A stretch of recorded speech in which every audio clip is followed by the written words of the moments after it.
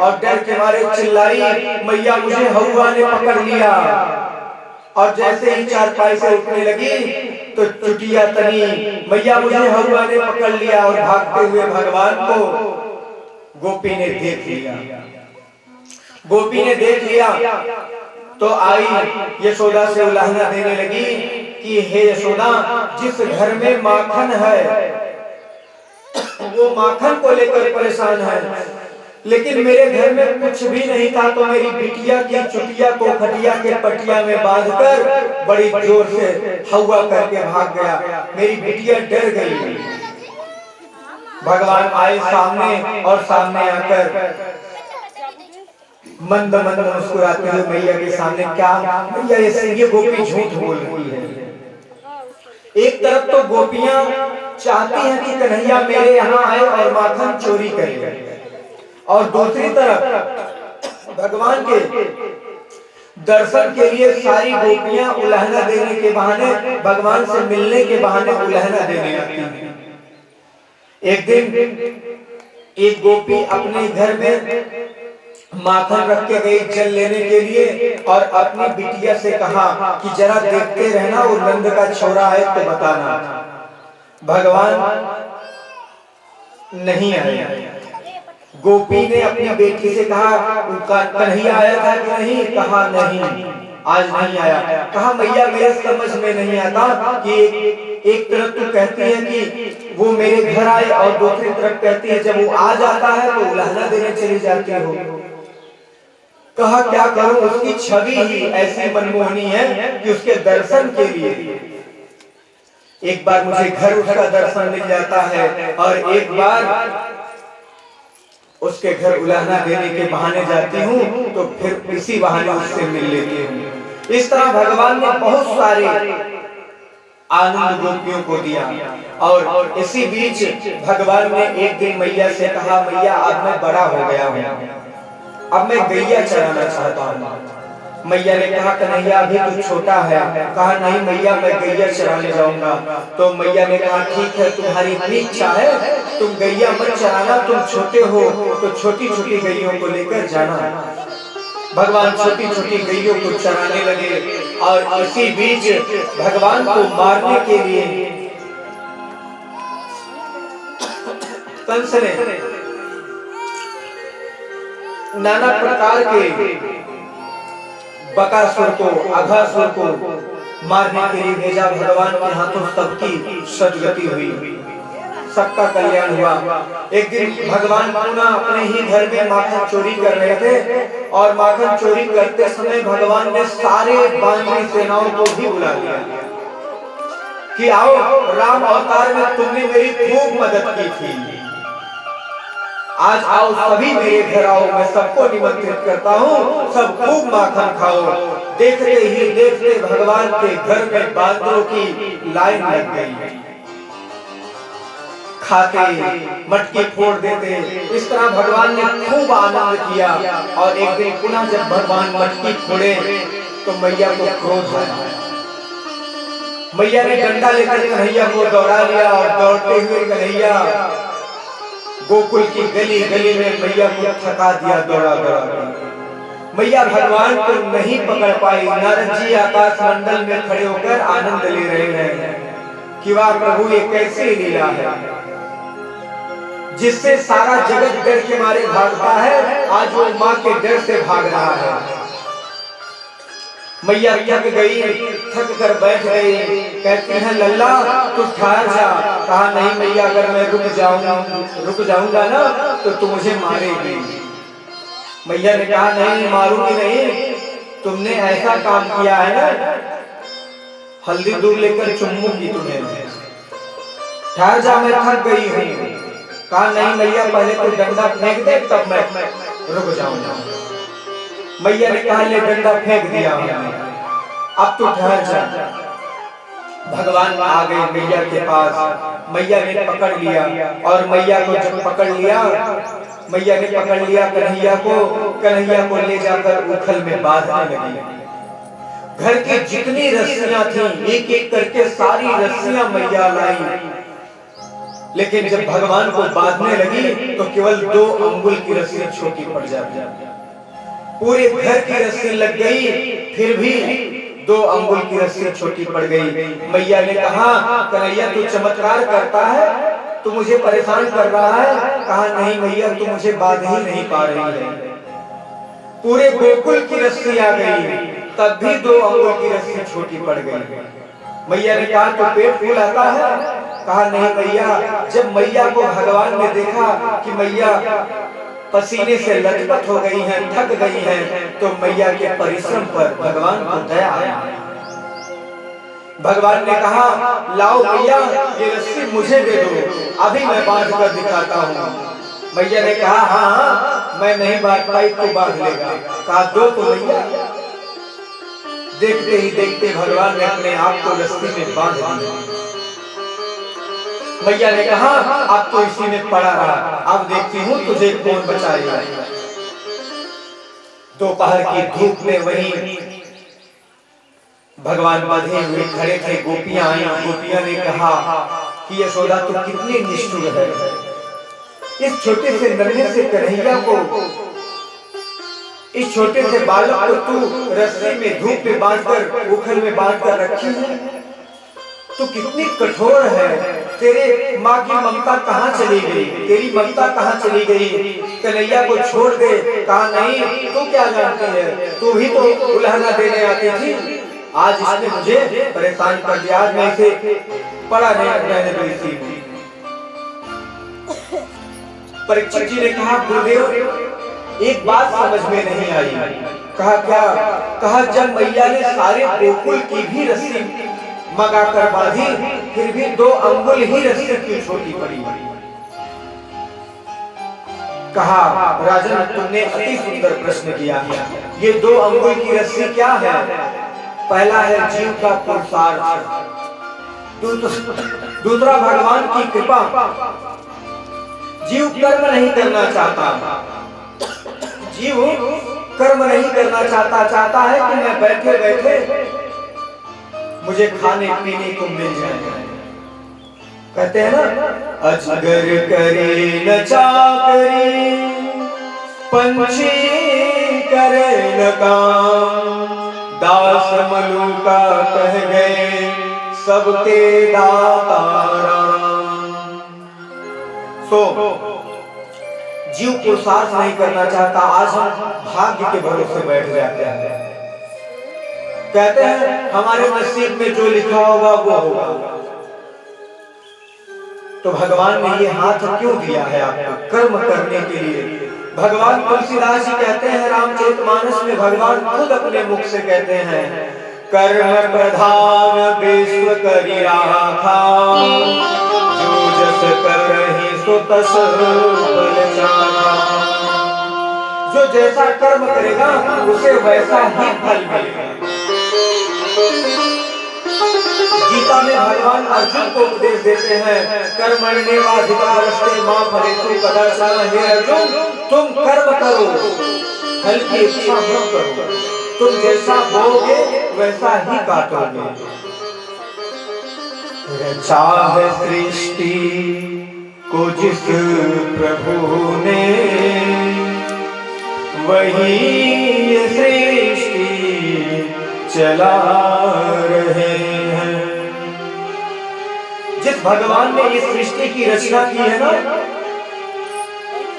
वही इस सृष्टि की देखभाल भी करते हैं, वही हमको इस संसार में भेजे हैं, वही हमारा पालन पोषण कर रहे हैं और वही हमारा संघरण भी करते हैं। ऐसे परमात्मा के श्री चरणों में बारंबार प्रणाम करना चाहिए।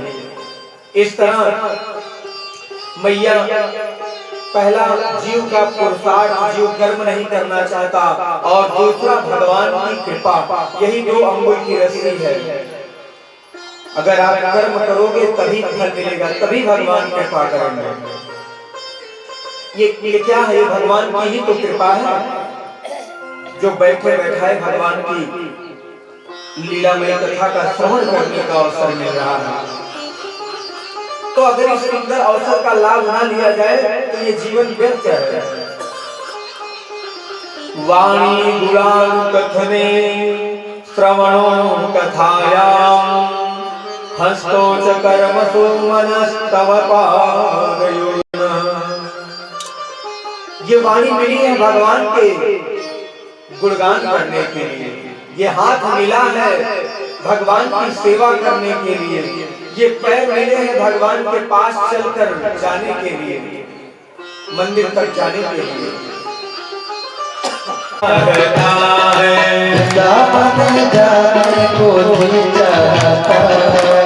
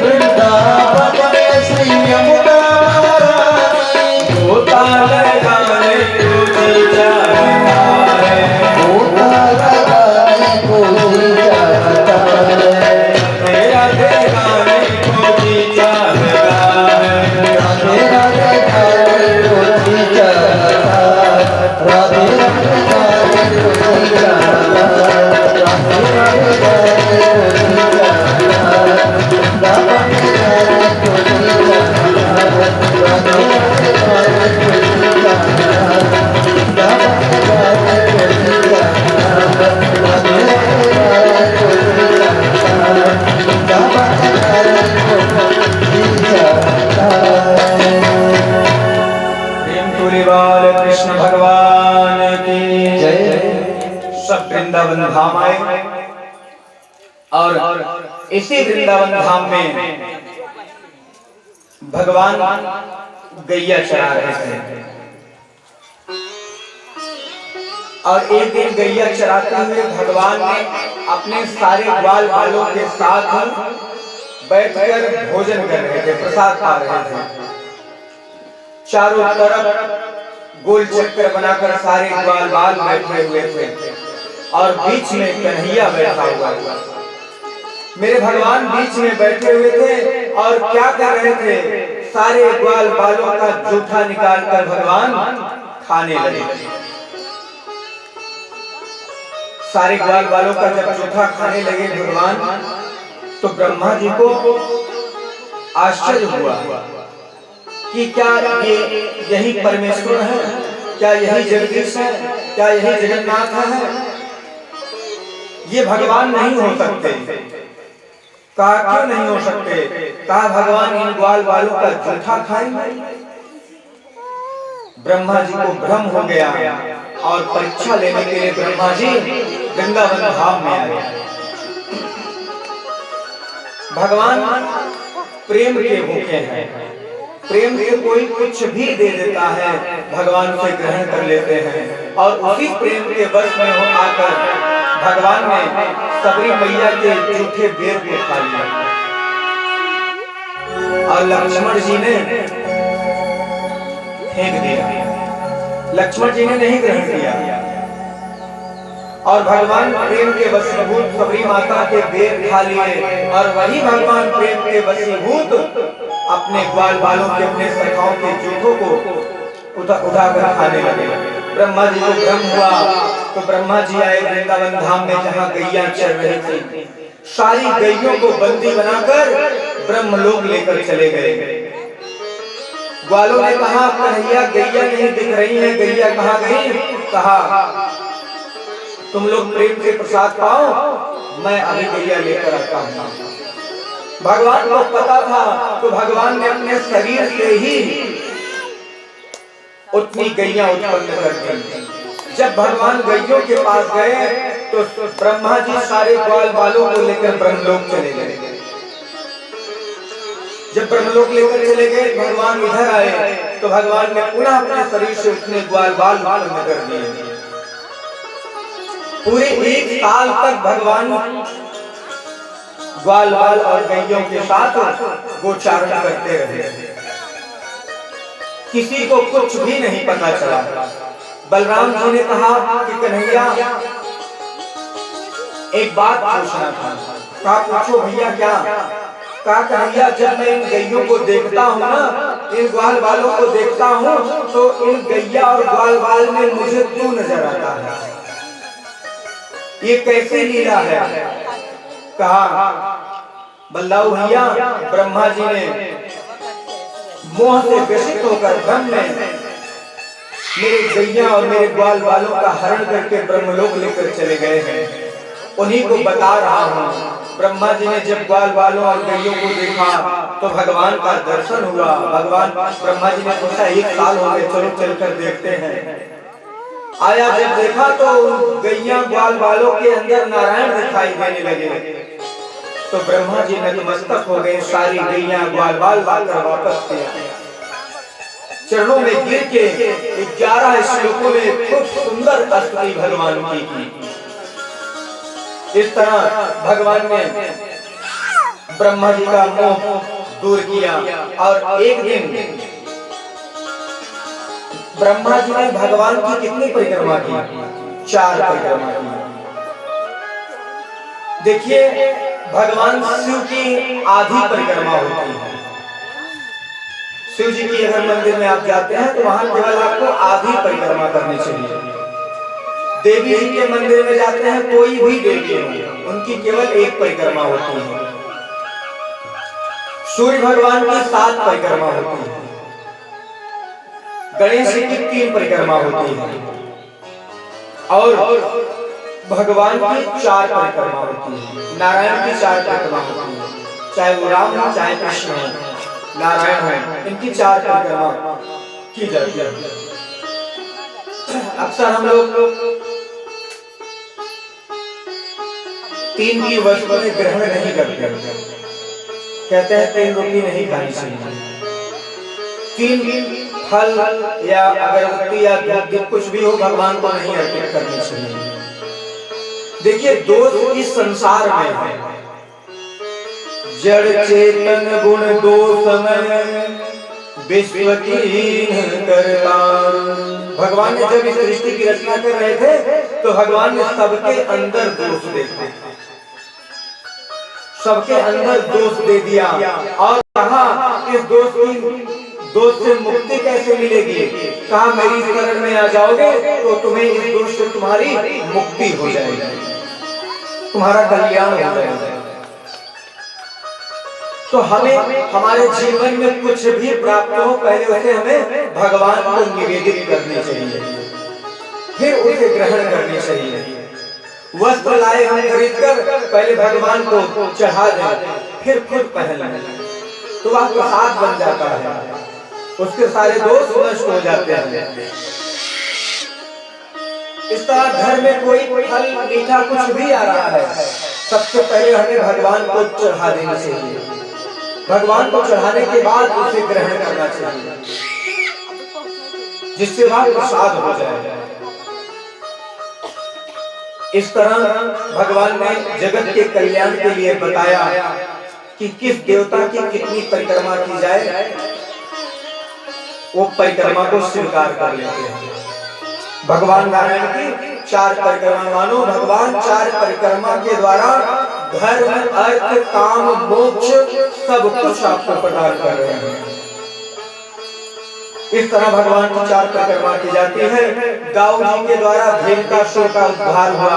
एक दिन भगवान गेंद खेल रहे थे, भगवान को पता चला कि यमुना जी में काली नाग आकर रहने लगा है, तो भगवान जो भी जीव जंतु मानव दानव जो भी पीता था उस जल को वह मूर्छित हो जाता था। अपने ग्वाल बालों गैयों पर दया आई भगवान को, ग्वाल बालों के साथ यमुना जी के तट पर जहाँ काली नाग रहता था भगवान वहीं गेंद खेलने लगे, और गेंद खेलते खेलते भगवान ने जानबूझकर वो गेंद यमुना जी में फेंक दी। ग्वाल बालों ने कहा कन्हैया तूने जानबूझकर गेंद को यमुना में फेंका है, जाओ गेंद लेकर आओ, चाहे नई गेंद लेकर आओ चाहे वही गेंद लेकर आओ और इस बिगड़े हुए खेल को बनाओ। इस तरह भगवान ने कहा ठीक है मित्रों। भगवान देखते ही देखते कदम्ब की डाल पर चढ़ के कूद गए यमुना जी में। यमुना जी में प्रवेश किया, ग्वाल बाल दौड़ पड़े, नंद बाबा यशोदा मैया को पुकारने लगे कि कन्हैया यमुना जी में कूद गया है, वो भी कहां जहां काली नाग रहता है। यमुना मैया आई के पास सारे ग्वाल बाल आए, नंद बाबा भगवान से प्रार्थना करने लगे, मैया भगवान को पुकारने लगी मेरे लल्ला की रक्षा करो। काली नाग सो रहा था जब भगवान कूदे। नाग पत्नियां आई, भगवान को देखकर मोहित हो गई। नाग पत्नियों ने कहा पुत्र तुम भाग जाओ। कहा क्यों भाग जाऊं? कहा अभी मेरे स्वामी काली जाग जाएंगे तो तुम्हें मार डालेंगे। कहा देवी एक बात समझ में नहीं आती, एक तरफ तो तुम कहती हो पुत्र और दूसरी तरफ कहती हो भाग जाओ। अरे माता के रहते पुत्र पर कोई संकट आ सकता है तो आपके रहते मुझे किस बात की चिंता? हमें चिंता नहीं की, इन्हें चिंता हमारी है। हमारे प्राण के रक्षक सुदर्शन चक्रधारी है। हमको ये लगता है ना कि हम अपनी सुरक्षा खुद करते हैं, भगवान हमारे साथ चलते हैं। प्रत्येक पल प्रत्येक कदम पर भगवान हमारे साथ रहते हैं और एक ही बात कहते हैं तू मेरी शरण में आ जा। विलोक्य दूषिता कृष्णा कृष्णा कृष्णा हिना विभू तस्या विशुद्ध मन विक्षण सर्पं समुदवासयत काली नाग जग पड़ा, कहा ये कैसा आवाज हो रहा है। भगवान को देखा तो देखते ही भगवान को अपने शरीर से लपेट लिया। भगवान ने धीरे धीरे अपने शरीर को भगवान बढ़ाने लगे और अचानक नन्हा सा रूप धारण करके कूद पड़े उसके फन पर। भोलेनाथ जी की तरह तांडव नृत्य किया। फन पर नाचते हुए गिरधारी भगवान ने काली नाग को अधलस्त कर दिया। काली नाग शरण में आ गया, प्रभु मेरी रक्षा कीजिए। कहा ठीक है मैं तुम्हारी रक्षा करूंगा, लेकिन पहले तुम यमुना छोड़कर यहाँ से भाग जाओ। कहा नाथ कैसे भागूं, कहाँ भागूं? कहा जाओ मैंने तुम्हारे रहने के लिए रमणक द्वीप बनाया है।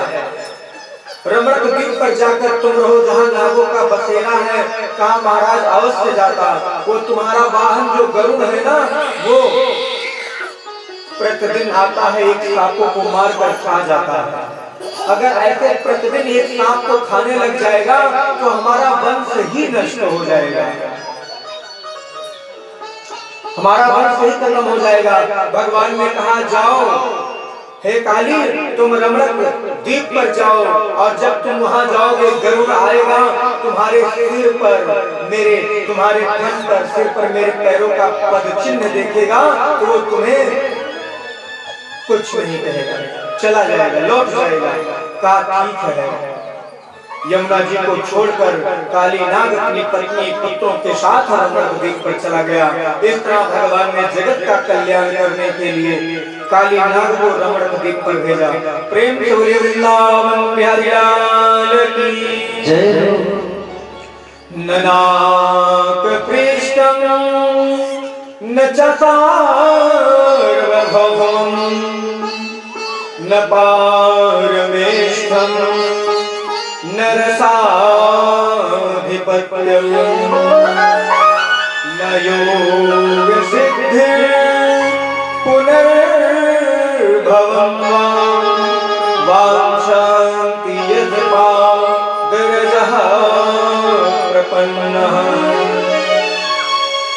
हे प्रभु हमें स्वर्ग पृथ्वी रसातल का राज्य नहीं चाहिए। काली नाग कहता है मुझे ये सारे राज्य नहीं चाहिए, ना ही हमें ब्रह्मा का पद चाहिए, बस हमें सिद्धियां भी नहीं चाहिए, सिर्फ आपके चरणों की धूली मुझे मिल जाए। तभी तो संत जन गाते हैं राधे तेरे चरणों की श्यामा तेरे चरणों की गरधूली जो मिल जाए। राधे तेरे चरणों की श्यामा तेरे चरणों की गरधूल जो मिल जाए। सच कहता हूँ मेरी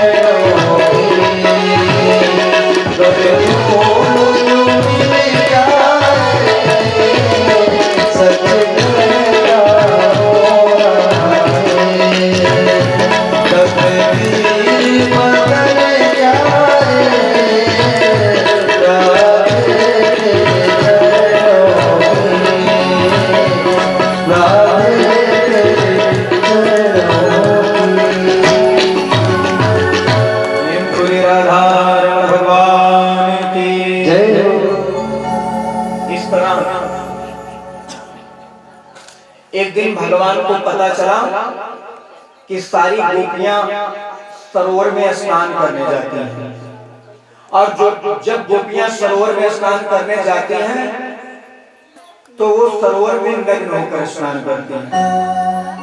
तो भगवान को पता चला तो भगवान ने चीर हरण की लीला की। भगवान अपने ग्वाल बालों के साथ गए, सारी गोपियां अपने वस्त्र उतार कर सरोवर में स्नान करने लगी और भगवान पद्म की डाली पर बैठ गए और बैठकर भगवान ने ग्वाल बालों के द्वारा सारी गोपियों के वस्त्रों को ले लिया, चुरा लिया। जब सारी गोपियां स्नान करने के बाद अपने वस्त्र देखती हैं तो कोई अपने वस्त्र को नहीं पाती, इधर उधर देखने लगती हैं। अचानक एक गोपी भगवान को, कदम्ब के वृक्ष पर बैठे भगवान को देखती है, कहती है वो देखो इसी ने मेरे वस्त्रों को चुराया है। भगवान ने कहा कि गोपियां तुम सत्य कहते हो, मैंने ही तुम्हारे वस्त्र को चुराया है, लेकिन तुम्हें लज्जा नहीं आती सरोवर में नग्न स्नान करते हुए? नदी समुद्र के देवता वरुण हैं और ऐसे पवित्र पावन जल में तुम वरुण देवता के सामने नग्न होकर स्नान करते हो? कहा कन्हैया मुझे क्षमा कर दो, मैं तुम्हें वचन देती हूँ कभी नग्न स्नान नहीं करूंगी। इस तरह भगवान ने गोपियों के वस्त्र लौटाए और एक दिन सारे वृंदावन धाम में सारे ब्रजवासी नाना प्रकार के 56 भोग बना रहे थे। भगवान आए, भगवान ने कहा कि बाबा ये 56 प्रकार के भोग, ये सारी तैयारियां किस लिए हो रही हैं? कोई उत्सव है क्या? कहा हाँ कन्हैया घर में उत्सव है। कहा कौन सा उत्सव जिसके बारे में हमें ही नहीं पता? कहा हम हर साल इंद्र की पूजा करते हैं, तो इंद्र हम सबके कल्याण के लिए बारिश करते हैं, जल देते हैं, जिससे हम सबका अनाज खूब सुंदर होता है। तो इसीलिए हम उनकी पूजा करते हैं। कहा बाबा ये बात बताओ, इंद्र की पूजा अगर न किया जाए तो क्या बारिश नहीं होगी क्या? कहा क्यों नहीं होगी? कहा इंद्र का काम है बारिश करना, इंद्र का काम बारिश करना है, तो वो जगत के कल्याण के लिए बारिश करेंगे। आप उनकी पूजा करिए या ना करिए? कहा नहीं, मैंने वर्षों से उनकी पूजा करते हम लोग आए हैं। कहा नहीं बाबा, अरे पूजा तो उसकी करनी चाहिए जो बिना किसी स्वार्थ के हमको फल देता हो, उसकी सेवा पूजा करनी चाहिए। कहा किसकी कहना चाहते हो? कहा गोवर्धन जी महाराज। बाबा एक बात सोचो, विचार कीजिए बाबा कि हमारी गैयाओं का पेट कहाँ से भरता है? हमारी गैया उन्हीं गोवर्धन जी पर्वत पर जाकर सुंदर सुंदर घासों का सेवन करके हमें दूध देती है। हमारी गैयों का पालन पोषण करने वाले गोवर्धन जी महाराज हैं, तो हम इंद्र की क्यों पूजा करें? कहा बात तो तू ठीक कहता है, लेकिन अगर मैं इंद्र की पूजा नहीं करूंगा तो नाराज हो जाएंगे। कहा कुछ नहीं होगा बाबा, अब की बार मेरे कहने पर आप गोवर्धन जी की पूजा कीजिए। कहा ठीक है कन्हैया। सारे ग्वाल 56 प्रकार के भोग बनाकर सारे प्रसाद पूजा की सामग्री इकट्ठा करके नंद बाबा के साथ कन्हैया को साथ लेकर सब के सब गोवर्धन पर्वत की तरफ चल पड़े। गोवर्धन पर्वत पर गए, वहां जाकर यशोदा मैया ने कहा कि तुम्हारा गोवर्धन जी कहाँ है? कहा मैया ये 7 कोस में मेरे गोवर्धन जी महाराज ही हैं। कहा एक बार फूल लेकर ध्यान तो करो मेरे प्रभु का, अभी प्रकट हो जाएंगे। सब ने अपने हाथ में फूल लेकर गोवर्धन जी महाराज का ध्यान किया, गोवर्धन जी महाराज को प्रणाम किया और देखते ही देखते गोवर्धन जी महाराज प्रकट हो गए। यशोदा मैया ने कहा कन्हैया हमने इतने पता नहीं कितने साल से इंद्र की पूजा की, लेकिन कभी इंद्र हमको दर्शन नहीं दिए। लेकिन आज पहली बार गोवर्धन की पूजा करने आई और पहली बार ही इनका दर्शन मिल गया। कहा हाँ मैया, गोवर्धन जी महाराज बड़े दयालु हैं। भगवान ने मुस्कुरा कर कहा, मैया ने कहा कन्हैया एक बात कहूं? कहा कहो भैया, क्या कहना चाहती हो?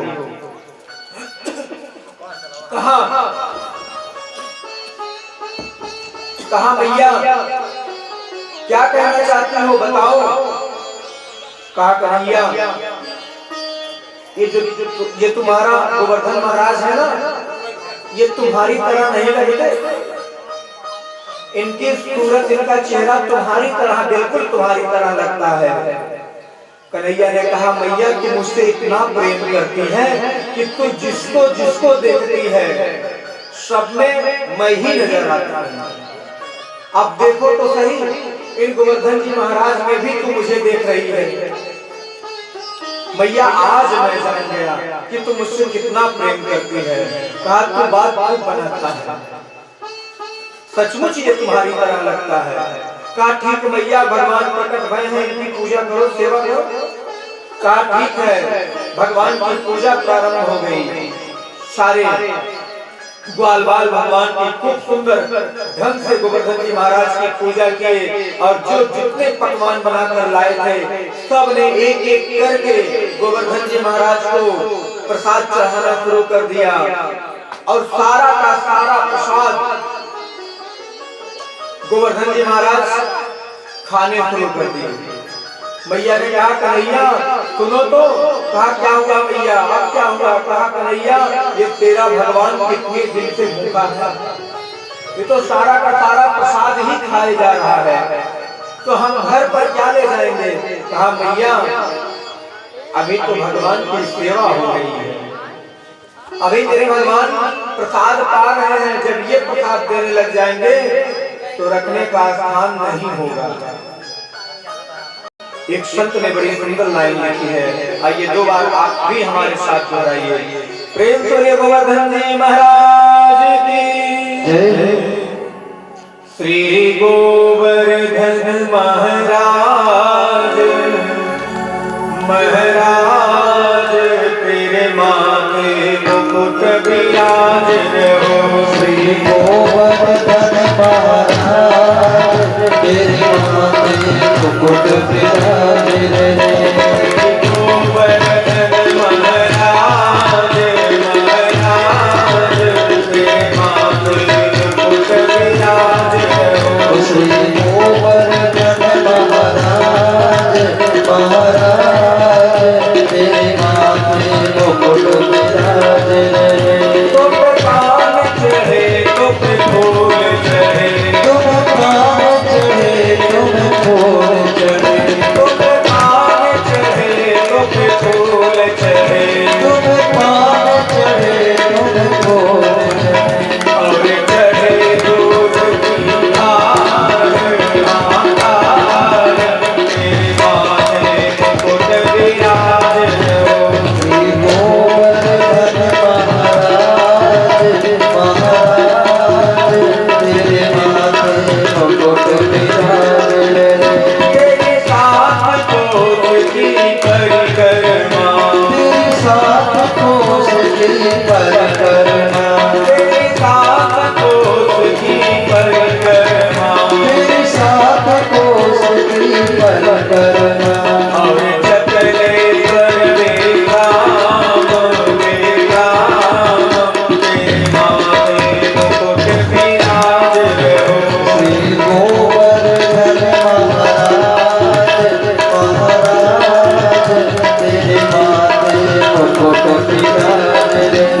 तेरे गले में कंठा सोहे, तेरे गले में कंठा सोहे, तेरे गले में कंठा सोहे, तेरे गले में कंठा सोहे, और थोड़ी कहिया लाल लिया लाल तेरे माथे मुकुट विराज रहो। श्री गोवर्धन महाराज महाराज तेरे माथे मुकुट विराज रहे।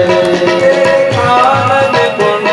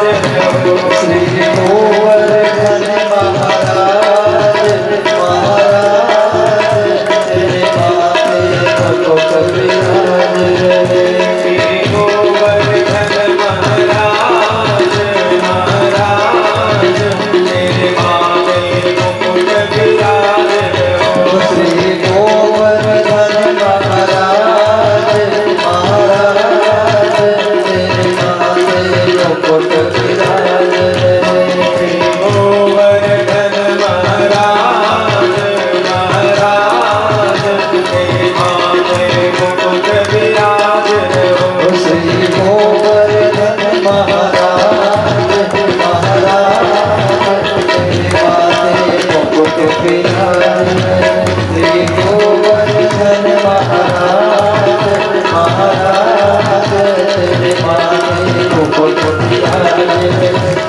गोवर्धन महाराज महाराज तेरे मांगे गोवर्धन जी महाराज की जय हो। वृंदावन बिहारी लाल की जय हो। और देखते ही देखते गोवर्धन जी महाराज प्रकट भय और सारा प्रसाद ग्रहण किया। भगवान ने कहा कि मैया अब तक मेरे भगवान प्रसाद ग्रहण कर रहे थे, अब प्रसाद दे रहे हैं, आप अभी भगवान का प्रसाद लें। सारे ग्वाल बालों ने अपने अपने आंचल फैला दिए, गोपियां अपनी आंचल फैला दी और भगवान ने इतना दिया कि रखने का स्थान भी नहीं रहा। तुझे देते नहीं देखा मगर झोली भरी देखी।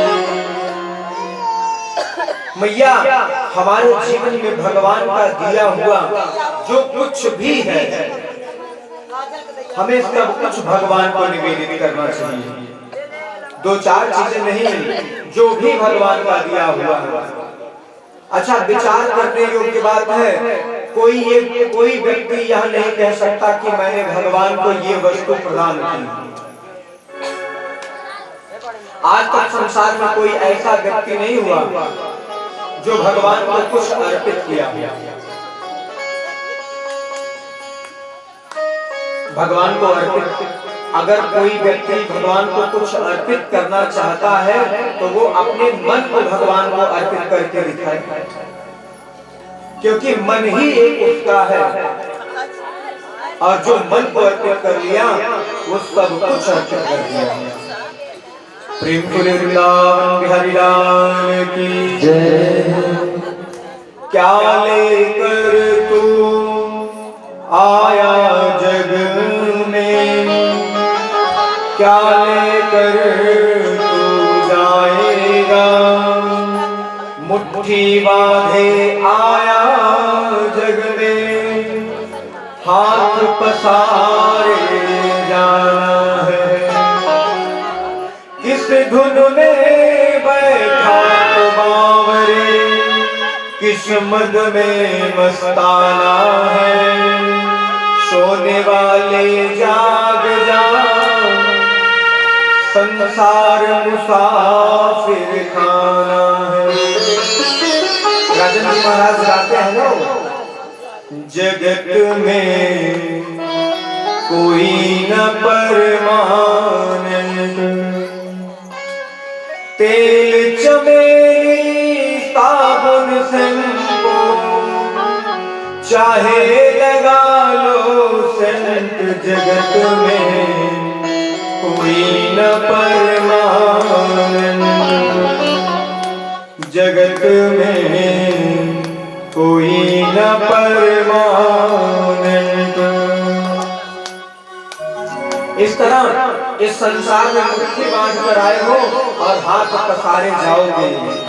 जिनको कहते हो ना कि ये सब मेरे साथ चलेंगे,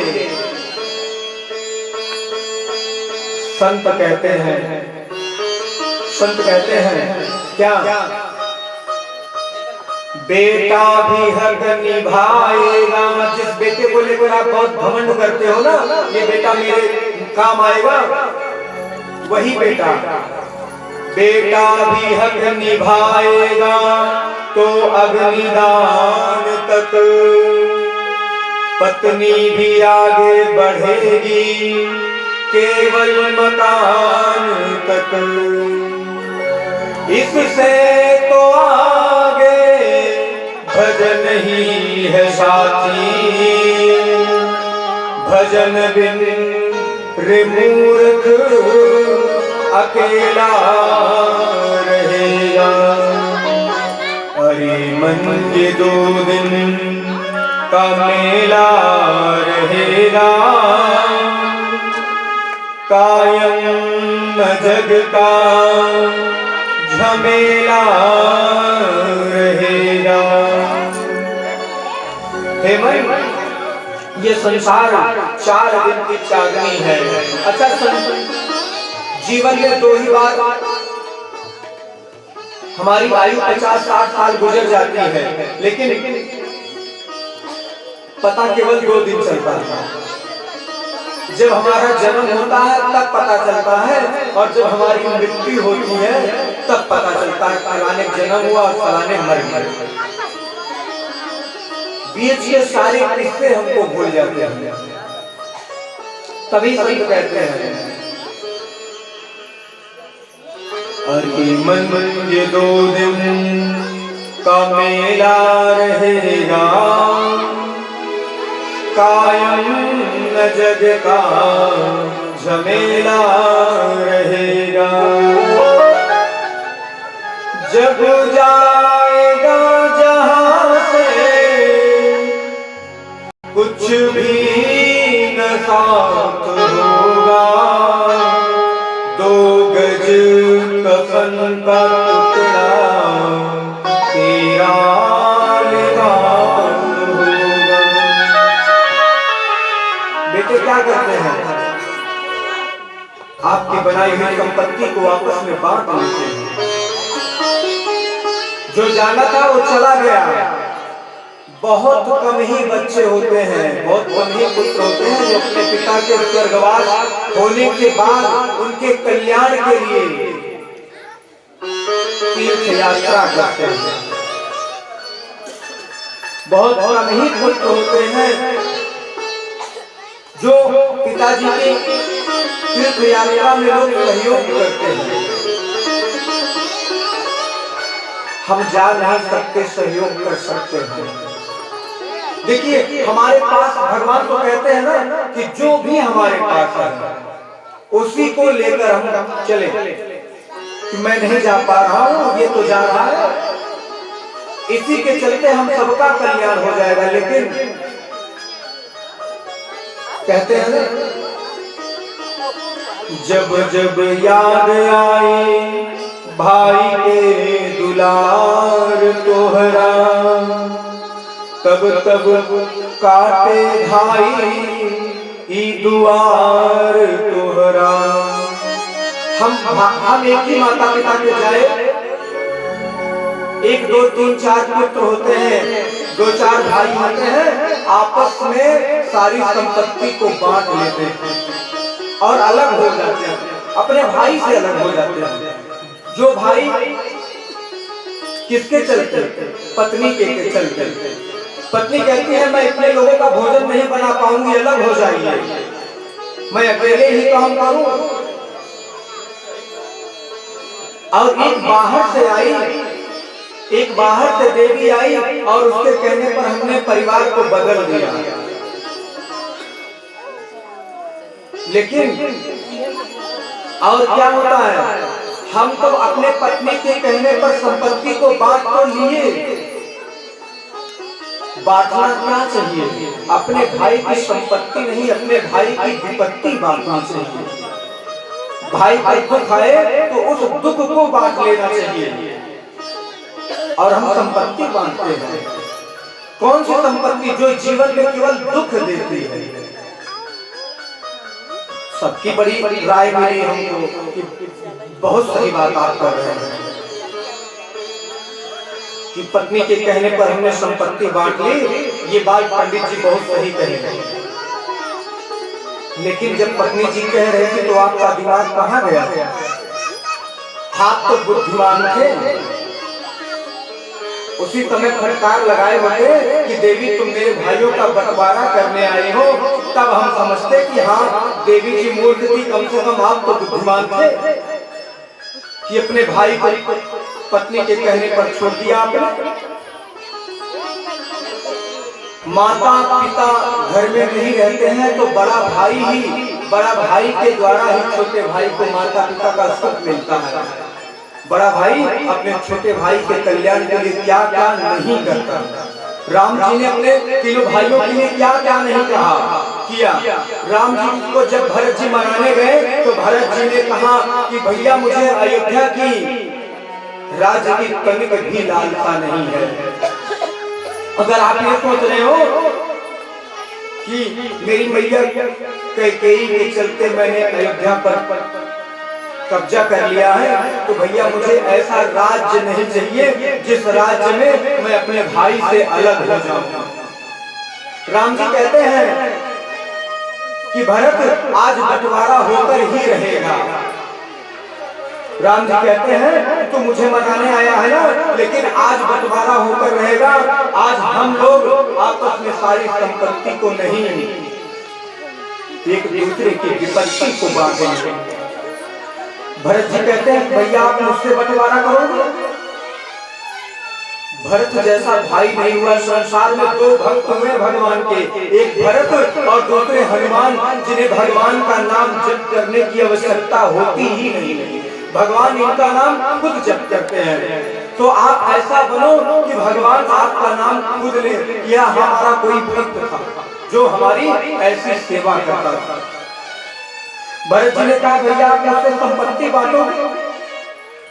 ऐसी संपत्ति को मैं लात मारता हूँ जिस संपत्ति में भाई का प्रेम अलग हो जाए। मुझे ये संपत्ति नहीं चाहिए। राम जी ने कहा संपत्ति नहीं, एक दूसरे की विपत्ति।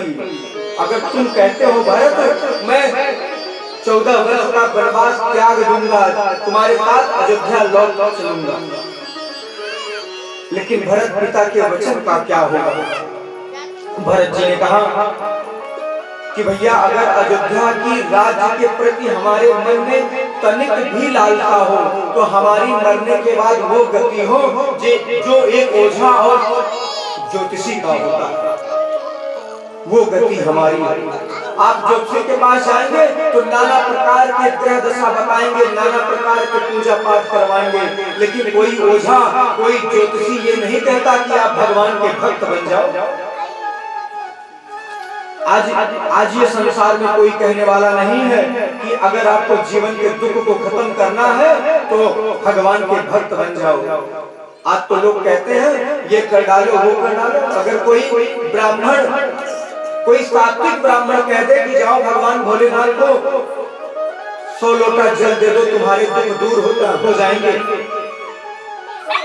तो कहेगा पंडित जी को कुछ नहीं आता, कौन जाए 100 लोटा जल चढ़ाए। ओझा के पास जाएंगे, ओझा कहेगा जाओ बाजार से 4 नींबू काट के ले आओ, नींबू लाओ काट कर चौराहे पर फेंक दो, तुम्हारा कल्याण हो जाएगा। बाजार की सारी नींबू खरीद कर लेकर चले जाएंगे। नींबू काटने से अगर कल्याण होता, पत्थर पहनाने वाले बहुत टहलते हैं। लोग कहते हैं ये पत्थर पहन लो आपका काम बन जाएगा। ये बताओ पत्थर क्यों पहना रहा है? केवल धन कमाने के लिए। आप उससे पत्थर खरीदोगे तो उसे पैसा मिलेगा। तो भैया ये बताओ अगर पत्थर बेचने से पैसा मिलता है या पत्थर पहनने से पैसा मिलता है तो वो खुद न पहन ले। जो दर दर भटक रहा है कोई मेरा पत्थर खरीद ले, अरे आप खुद पहन लो, क्यों भटक रहे हो? देखिए हमारा विश्वास जहां जम जाता है वहीं हमें फल मिल जाता है। यशोदा मैया का विश्वास गोवर्धन जी में जमा तो यशोदा मैया को गोवर्धन जी में भी भगवान नजर आए। तो हमारी भक्ति ऐसी हो कि सब में हमें भगवान नजर आए, जिससे हम किसी के प्रति कोई दोष अपराध ना करें। भक्त तो वो है अपने भाई से कभी अलग हो जाना चाहिए, लेकिन विलग नहीं होना चाहिए। विलग हो जाओगे ना तो तीसरा मजा लेगा। यहाँ तक कि विदेह राजा जनक जी आए, जनक जी ने राम जी के और भरत जी के दोनों के प्रेम को देखा तो विचार में पड़ गए कि मैं किसकी तरफ से बोलूं। भरत जी को पता चला कि मेरे प्रभु जमीन पर सोते हैं, मेरे नाथ जमीन पर सोते हैं, तो नंदी ग्राम में जाकर राजमहल का त्याग करके नंदी ग्राम में जाकर गड्ढा खोदवाया और उस गड्ढे के अंदर सोते थे। क्यों? कहीं मैं अपने भैया के बराबरी ना बैठ जाऊं, कहीं मैं अपने भैया के बराबर ले ना जाऊं। लोग अपने से बड़ों के बराबरी बैठने से डरते थे, आज तो सिर पर बैठते हैं। बड़ा भाई माता पिता बैठे रहते हैं, जाकर गुरवारी नहीं मुरवारी बैठ जाते हैं। कोई बड़े भाई माता पिता के सामने ऐसा हंसी मजाक करते हैं कि बड़े यही हैं। कोई मर्यादा ही नहीं रह गई बड़े और छोटे की। क्यों? क्योंकि कलिकाल है। इसलिए इन सभी झंझटों से, इन सभी पापों से अगर मुक्त होना है तो भागवत श्री रामचरितमानस की शरण में आइए, भागवत जी की शरण में आइए, तभी आपका परम कल्याण होगा। नहीं तो जानते हैं, सुत मात पिता बांधव नारी, धन धान्य यहीं रह जाएगा। भगवान की प्राप्ति में केवल 3 रोड़े आते हैं जो हमें भगवान से मिलने नहीं देते। सुत वित नारी 3 आशाएं, त्याग सके तो इन्हें त्यागे। सुत वित नारी, पुत्र, पैसा, पत्नी, ये 3 रोड़े हैं जो हमें भगवान से नहीं मिलने देते। अब इसका मतलब ये नहीं कि मैं अपने पुत्र और पत्नी को छोड़ दूं, धन का त्याग कर दूं। धर्म कहता है कि इनके साथ रहते हुए तुम मेरी भक्ति करो। भगवान ने नारद जी के द्वारा यही तो ज्ञान दिया। नारद जी ने कहा, प्रभु मैं आपका प्रिय भक्त हूँ। कहा तो ठीक है, ये कटोरे का तेल लेकर पूरे विश्व में भ्रमण करो। एक बूंद तेल जमीन पर अगर गिर गया तो तुम मेरे भक्त नहीं हो, और बचा लिए तो तुम मेरे प्रिय भक्त हो। नारद जी भ्रमण करते हुए पुनः भगवान के पास आए। कहा, नाथ देखो तो सही, मैंने एक बूंद भी तेल जमीन पर नहीं गिरने दिया। कहा, नारद ये बताओ कि तुमने इस बीच में मेरा नाम कितनी बार लिया? कहा, प्रभु मेरा ध्यान तो तेल बचाने में पड़ा हुआ। कहा, तो तुम किस बात पर कहते हो कि तुम मेरे भक्त हो? ये गृहस्थ आश्रम वाले मेरे भक्त हैं जो अपने परिवार रूपी संसार को चलाते हुए एक बार प्रेम से मेरा नाम लेते हैं। ये हमारे भक्त हैं। हम भगवान को इतने प्यारे हैं कि हमारे लिए भगवान बार बार अवतार ग्रहण करते हैं। हमारी रक्षा के लिए, हमारे कल्याण के लिए बार बार धरती पर आते हैं। इस तरह जब इंद्र को पता चला कि इसी कन्हैया के कहने पर इन ग्वाल वालों ने मेरी पूजा नहीं की, इंद्र को क्रोध आया। सांवर्तक नाम के मेघों को आदेश दिया कि जाओ पूरे वृंदावन धाम में इतनी घनघोर बारिश करो कि बाढ़ रूपी प्रलय में सागर में डूब जाए। जाको राखे साइया मार सके ना कोई, बाल न बाका कर सके चाहे जग बैरी हो। सारे ग्वाल बाल गैया भगवान के नंद भवन के सामने आकर आवाज लगाने लगे, कन्हैया मेरी रक्षा करो।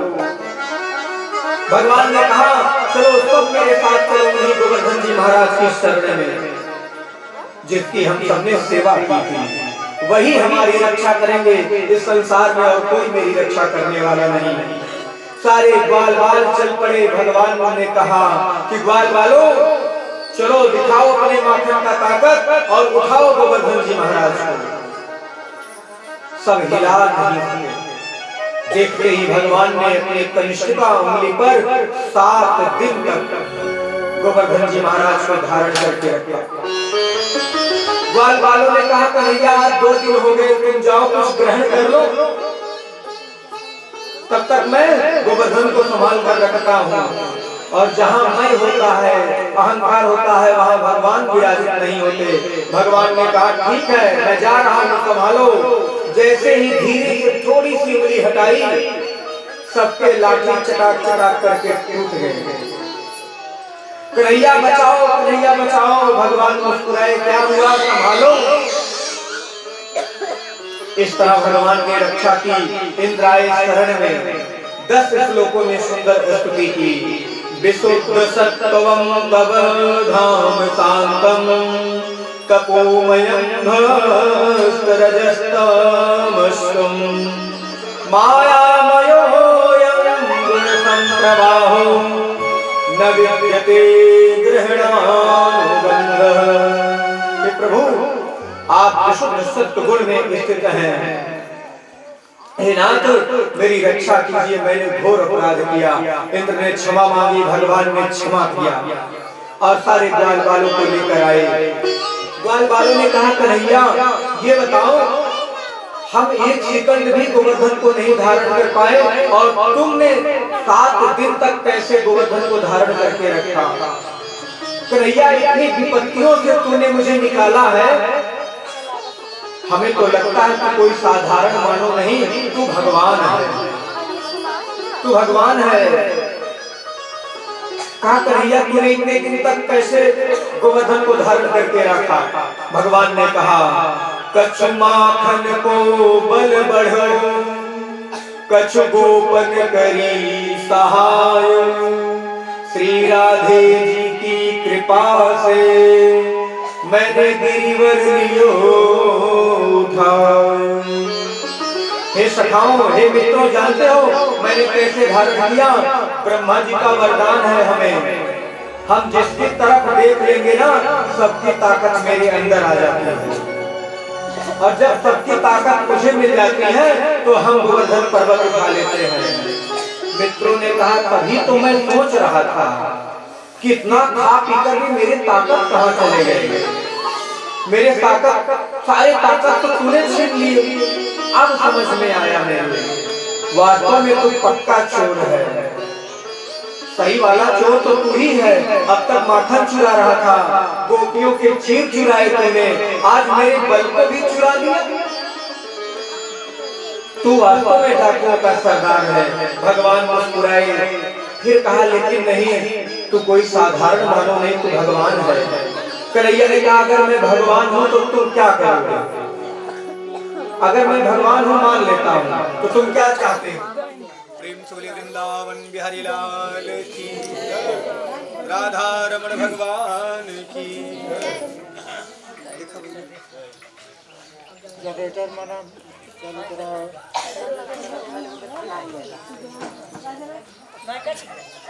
जाबू कब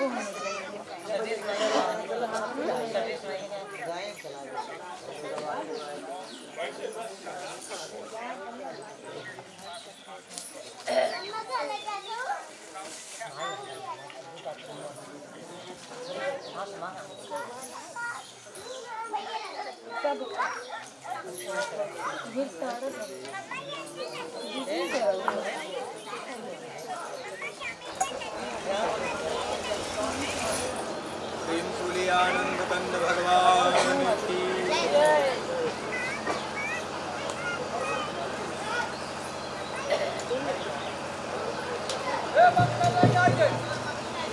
मुरली मनोहर घनश्याम की जय। जय जय श्री राधे, जय जय श्री राधे।